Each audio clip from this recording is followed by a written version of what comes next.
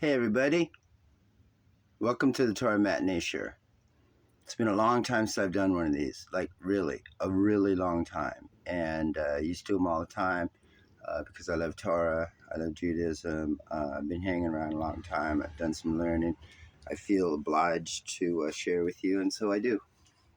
And just about every time I start a shiur, I say, this is a special occasion. And indeed, this is.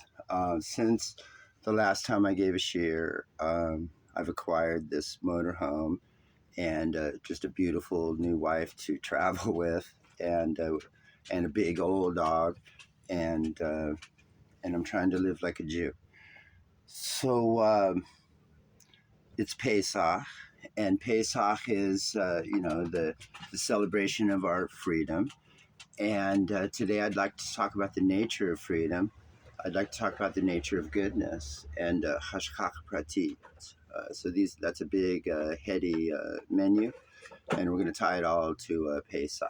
It's Hol HaMoed, and coming into the final days of Pesach, and it's a very holy time for the Jews.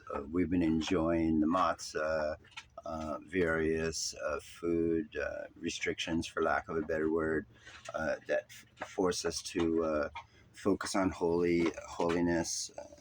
We've been immersed in the Sfirat HaOmer period and Merid Hatal, and these are all good things. It's the end of winter, summer, lots of exciting and good things going on.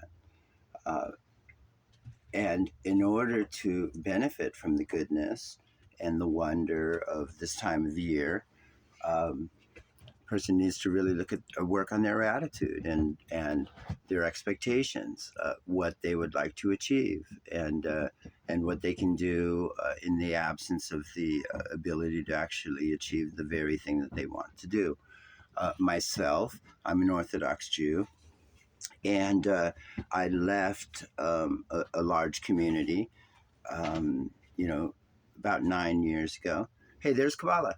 So I left a large community about 9 years ago, and since then I've been living in a very small one, of kind of a pioneering situation where I have a lot of responsibility and very little opportunity. So that's fine, and I've enjoyed some spiritual maturation in the process. But I'm really hungry to get back to a community. Why? Well, because my lifestyle requires 9 other men who are committed. And because I learned Torah, um, I need people that learn. And these are things that are so fundamental to me that in the absence of those things, everything else is a substitute. I mean, Torah Tashem Tamima is what the Biala Rav's father told me. And so, I kind of always believed that Torah Emet. When I converted with the RCC, they said, why? Why would you ever want to be a Jew? We're the most hated people. Like, why would you ever do it? And I said, because the Torah is true, and what do you want me to do? Live a lie? And it's been that way ever since. I don't really live like a frum Jew. I can't, tell you honestly that, that I adhered to the Pesach requirements, in this motorhome. I don't daven like I once did. I certainly don't learn like I once did. I don't have my svarim like I once did. So, but I am who I once was. I just don't live that way. And so I say all the time, it's not my religion's fault that I can't live up to it. I'm free to live as I choose. And so I had to make a choice a few times, And so here's a funny story. I'm living in Big Sur, and I missed my rabbi. So I come to town for Pesach. And that was 2 years ago. So anyway, and all of those 2 years, I haven't been living in a community, and I know what a community's like, and and I know I'm not in one, and and I try to not to become despondent because this is the life of my choice, I may not wear tefillin all the time, but I wear, a piece of jade. It's not Judaism, but I am a Jew. So anyway, the point is that in Pesach, we celebrate our freedom, and it's a personal responsibility to know that we were brought out of Egypt, and we are no longer slaves of it, which means we are free to serve Hashem. Well, what's the difference?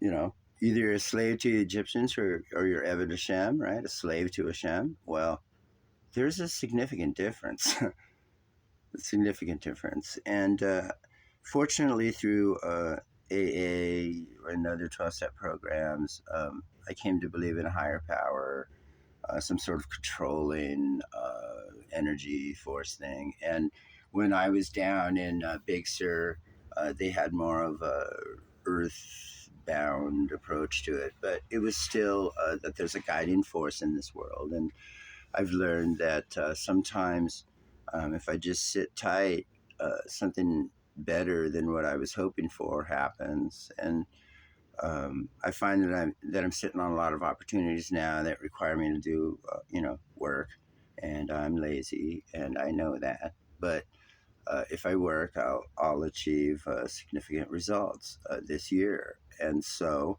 I have a basic choice then. Am I going to work and reap significant rewards, or am I going to just stick to my old way and just be lazy and basically just let life pass me by? I'm free to choose, and that's the point of this year. That's the point of life. And certainly it's the message of Pesach, is that we are not slaves. So don't pretend you are.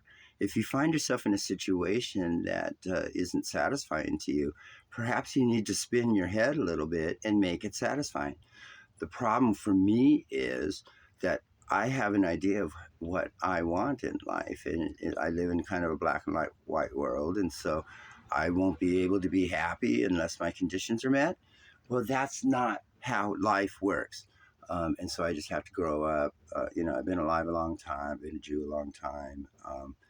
You know, it's a maturation process, and sometimes stuff gets just shoved down your throat, and you make the best of it. You keep your eye on the big picture, and know that it's all for good. That there's no accidents in this world. That we are on the path we're on. It may seem like you're way off the derek, but we're not. Okay, we're free to choose, and we chose. So be happy with it. Okay, Hag Sameach, and only good things for you and yours. And next year in Jerusalem, huh? All right, bye.